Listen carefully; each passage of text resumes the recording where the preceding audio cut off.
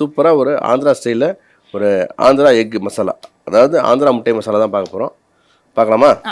தேவையான இன்க்ரீடியன்ட்ஸ் என்னன்னு பார்த்துடலாம்.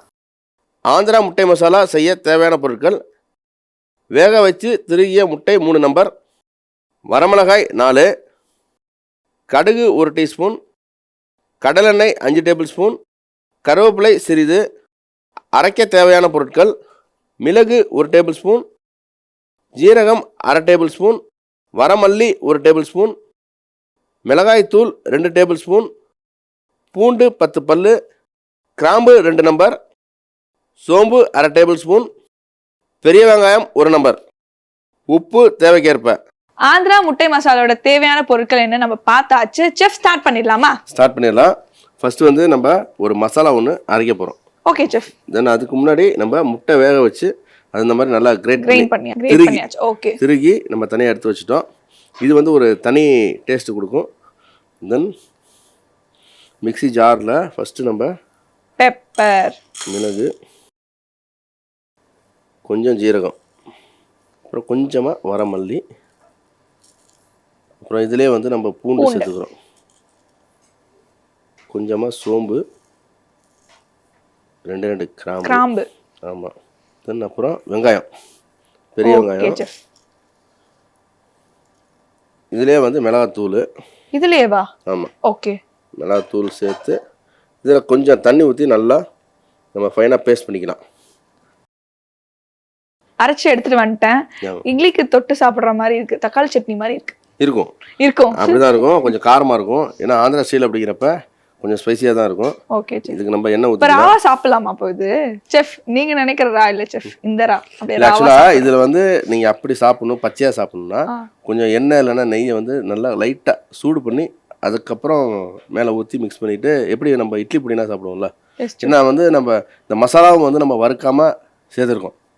அப்படிங்கிறப்ப இப்போயே நம்ம அந்த தாளிப்பில் போட்டு நல்லா அந்த பச்சை வாசனை போகிற அளவுக்கு நம்ம நல்லா வதக்கிட்டு தான் நம்ம பயன்படுத்துவோம். ஸோ இந்த வரமல்லினா உங்களுக்கு அந்த பச்சை வாசனை இருக்கும். ஓகே, அந்த டேஸ்ட். ஆமாம். ஸோ தட் பெட்ரு பச்சையாக செய்கிறதுக்கு பதிலாக சாப்பிட்றதுக்கு பதிலாக நம்ம இந்த மாதிரி வதக்கி சாப்பிட்டோம்னா பெட்டராக இருக்கும். ஓகே. ஏன்னா ஒரு சில பேருக்கு வந்து இந்த மாதிரி ராவா சாப்பிடவும் பிடிக்கும்.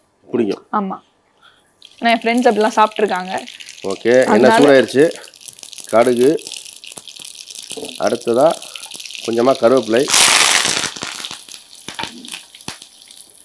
இதிலே நம்ம வரமிளகாய் சேர்த்துக்கிறோம். ஓகே. தென் இப்போ இந்த அரைச்ச விழுதை இதில் ஆட் பண்ணிக்கலாம்.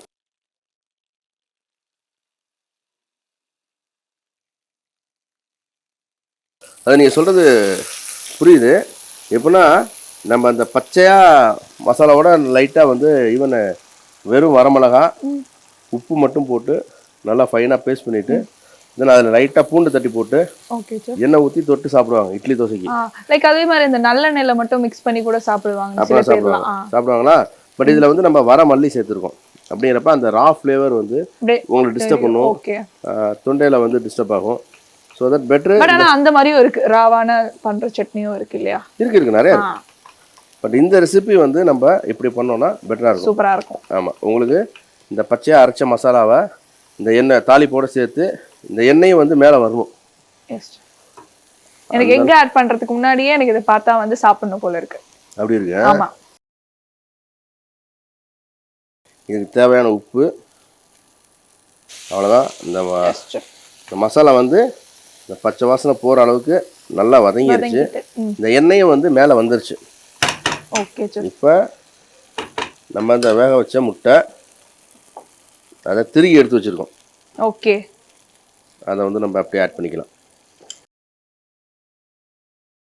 நார்மலாக கட் பண்ணி போட்டாலுமே ஃபைன் தானே செஃப்? கட் பண்ணி போட்டால் அது முட்டை மசாலா மாதிரி இருக்கும், அது ஒரு மாதிரி இருக்கும். பட் இது வந்து பார்த்தீங்கன்னா நல்ல ஒரு ஸ்பைசியாக இருக்கும்.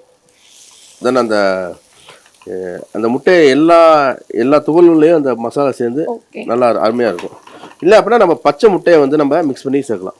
அது எக் பொடி மாஸ் ஆகிடுமே, அது ஒரு மாதிரி இருக்கும், அது ஒரு டேஸ்ட்டாக இருக்கும்.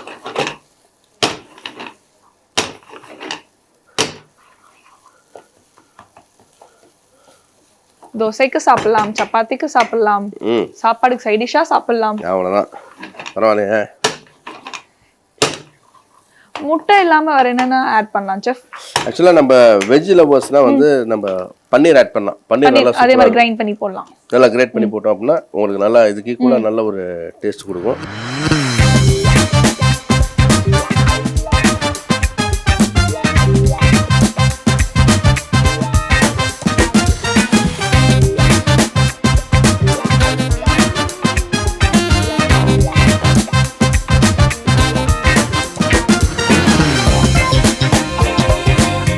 ஆந்திரா முட்டை மசாலா எப்படி செய்கிறதுன்னு பார்த்துடலாம். மிக்ஸி ஜாரில் மிளகு, ஜீரகம், வரமல்லி, பூண்டு, சோம்பு, பெரிய வெங்காயம், மிளகாய்த்தூள், அதோட கொஞ்சம் தண்ணி சேர்த்து நல்லா மைய அரைச்சி எடுத்துக்கோங்க. கடாயில் எண்ணெய் சேர்த்து கடுகு தாளித்து கருவேப்பிலை, வரமிளகாய் சேர்த்துட்டு அதோட அரைச்ச மசாலாவை கொஞ்சம் தண்ணி சேர்த்து பச்சை வாசனை போகிற வரைக்கும் கொதிக்க வச்சு தேவையான உப்பு சேர்த்து அதோட திருகிய முட்டை சேர்த்துட்டு மிதமான சூட்டில் 3 நிமிஷம் வேக வச்சு கலந்தோன்னா சுவையான ஆந்திரா முட்டை மசாலா தயாராகிடும். ஆக்சுவலாக வந்து நம்ம இப்போ எக்கு அப்படின்னாலே அதில் ஒரு 4 ஃபார்மெட் வச்சுருப்போம். முட்டை பொரியல், ஆம்லெட்டு, இல்லை அந்த ஃபுல் பாயில், கலக்கி, அந்த மாதிரி வரிசையாக ஒரு 4 ஃபார்மெட் வச்சுருப்போம். அதுலேருந்து கொஞ்சம் டிஃப்ரெண்ட்டான ஒரு முட்டை பேஸ் பண்ண ஒரு ரெசிபி. அதாவது பர்டிகுலராக வந்து இந்த வெஜ்ஜுக்கும் நான்வெஜ் பீப்புளுக்கும் ரெண்டுக்கும் நடுவில் எக்கை மட்டும் பேஸ் பண்ணி பிடிச்சவங்க நிறைய பேர் இருப்பாங்க. எகிட்டேரியன் இருப்பாங்க. ஸோ அவங்க கண்டிப்பாக ட்ரை பண்ணி பாருங்கள், சூப்பராக இருக்கும்.